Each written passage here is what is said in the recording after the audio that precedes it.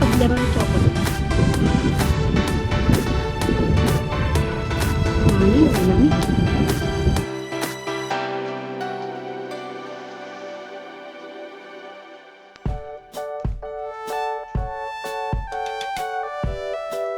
Another stop over sa Flurg. Flurg, ayan, sa Flurg. So, nasa 2,432 meter high tayo. Ayan, nasa Flurg na po tayo. So, yung mga gusto pa rin ditong bumaba at mag-walking-walking. Yan, yung mga mahilig po maglakad, mag-hiking, trekking, whatever you call it. Dito rin pwede sila mag-stop.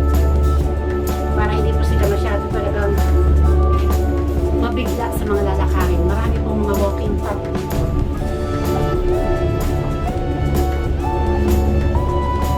Pero talagang ang sarap sana maglakad dito. Pero hindi po kami naka-ready. Hindi po namin balak maglakad ngayon dito. Kaya pasya lang talaga. Saglit, tingin-tingin. At later, uy, kain pa lang. Puro kain lang sa isip. So, akit na naman po tayo. Up and away ulit. Ang cable car natin ay yan. Already. Up and away. Maalog. Nakit ulit po tayo.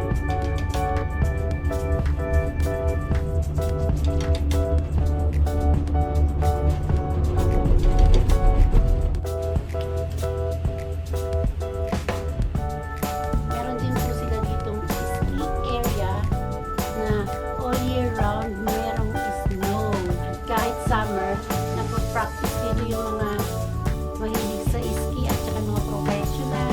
Sila nagpa-practice. Kahit summer. Later. Nadagdagan na naman yung knowledge. Alam mo?